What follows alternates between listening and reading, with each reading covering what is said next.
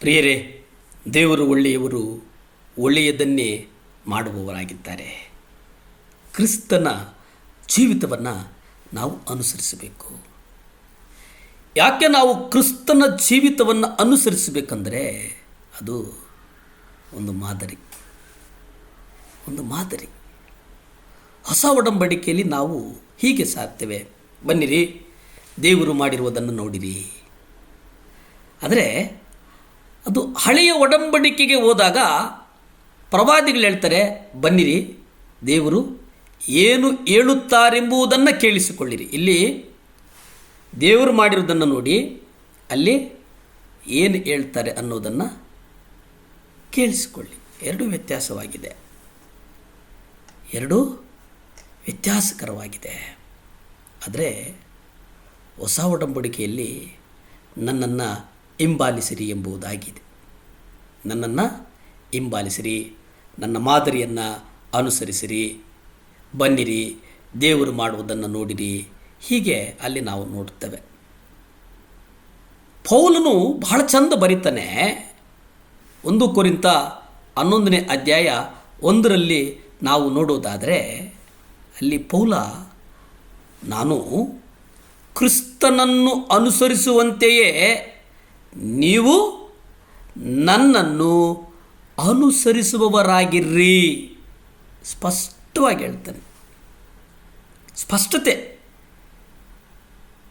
ನೀವೇನು ಮಾಡಿ ನೀವು ಕ್ರಿಸ್ತನನ್ನು ಅನುಸರಿಸಿರಿ. ಫಿಲಿಪ್ಪಿಯಲ್ಲಿ ನಾವು ನೋಡೋದಾದರೆ 3:17ರಲ್ಲಿ, ಸಹೋದರರೇ ನೀವೆಲ್ಲ ನನ್ನನ್ನು ಅನುಸರಿಸುವವರಾಗಿರ್ರಿ. ಅದು ಮಾತ್ರವೇ ಅಲ್ಲ, ನಾನು ನಿಮಗೆ ತೋರಿಸಿದ ಮಾದರಿಯ ಪ್ರಕಾರ ನಡೆದುಕೊಳ್ಳುವವರನ್ನು ಲಕ್ಷ್ಯಕ್ಕೆ ತಂದುಕೊಳ್ಳ್ರಿ.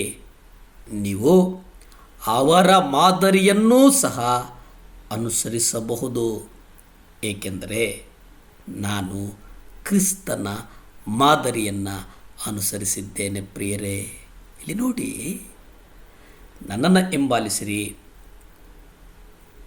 ನನ್ನನ್ನು ಅನುಸರಿಸಿರಿ, ನಾನು ಕ್ರಿಸ್ತನ ಮಾದರಿಯಾಗಿ ನಡೀತಾ ಇದ್ದೇನೆ ಅನ್ನುವಂಥದ್ದು ಇದು ಒಂದು ವ್ಯತ್ಯಾಸಕರವಾಗಿ ಅಪ್ಪಿಕೊಳ್ಳುವಂತಹ ಮತ್ತು ಒಪ್ಪಿಕೊಳ್ಳುವಂತಹ ನಾಣ್ಣುಡಿ. ನನ್ನನ್ನು ಹಿಂಬಾಲಿಸಿರಿ. ಪೌಲನು ನಮಗಿಂತ ಮುಂದೆ ಹೋಗಿ ಆತನು ಕೃಪಾವರಗಳ ಜೊತೆಗೆ ಸ್ಪಷ್ಟವಾಗಿ ಹೇಳ್ತಾನೆ, ನೀವು ಕ್ರಿಸ್ತನ ಮಾದರಿಯನ್ನು ಅನುಸರಿಸಿ. ಯಾಕೆಂದರೆ ನಾನು ಆತನ ಮಾದರಿಯನ್ನು ಅನುಸರಿಸಿ ನಡೀತಾ ಇದ್ದೇನೆ, ಹಾಗಾಗಿ ನೀವು ನನ್ನನ್ನು ಹಿಂಬಾಲಿಸಿರಿ. ಶಿಖರದ ಮೇಲಿರುವ ಕ್ರಿಸ್ತನನ್ನು ಹಿಂಬಾಲಿಸುತ್ತಾ ನನ್ನ ಮುಂದೆ ಹೋಗಿರುವ ಇತರರ ಮಾದರಿಯನ್ನು ನಾವು ಅನುಸರಿಸಬಲ್ಲೆವು. ಕ್ರಿಸ್ತನ ಸಂಪೂರ್ಣ ಸಾರೂಪ್ಯವು ಆ ಶಿಖರ. ಅದೇ ನಮ್ಮೆಲ್ಲರ ಗುರಿ.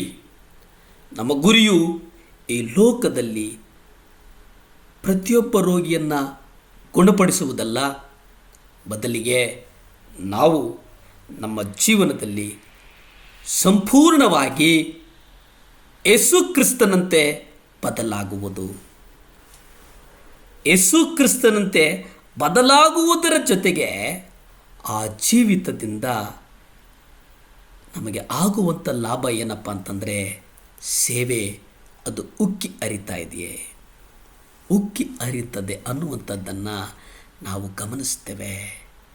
ಕರ್ತನು ನಮಗೆ ದೇವರು, ಕರ್ತನು ನಮ್ಮನ್ನು ಪ್ರೀತಿಸುವವನಾಗಿದ್ದಾನೆ. ಕರ್ತನು ನಮ್ಮ ಎಲ್ಲ ಅಗತ್ಯಗಳನ್ನು ಪೂರೈಸುವವನಾಗಿದ್ದಾನೆ. ಸಜೀವವಾಗಿ ನಮ್ಮನ್ನು ನಡೆಸುವವನಾಗಿದ್ದಾನೆ. ಪ್ರಿಯರೇ, ಪ್ರಾರ್ಥಿಸಿಕೊಳ್ಳೋಣವೇ.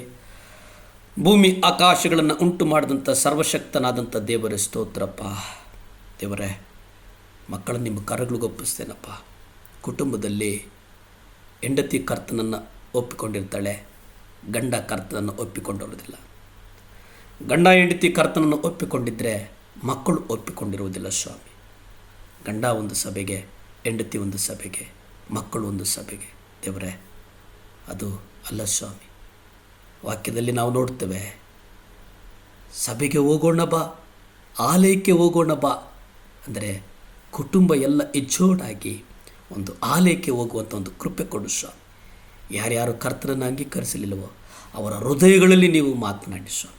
ಅವರ ಹೃದಯಗಳಲ್ಲಿ ಮಾತನಾಡಿ ನೀವು ನಿಮ್ಮನ್ನು ಅಂಗೀಕರಿಸುವಾಗೆ ನಿಮ್ಮ ರಕ್ತ ಚೆಲ್ಲಲ್ಪಡಲಿ ಸ್ವಾಮಿ. ಮಕ್ಕಳನ್ನು ಆಶೀರ್ವದಿಸು, ಬಲಪಡಿಸು, ಸ್ಥಿರಪಡಿಸು. ಯೇಸುವಿನ ನಾಮದಲ್ಲಿ ಬೇಡ್ತೇನೆ ತಂದೆ. Amen, amen.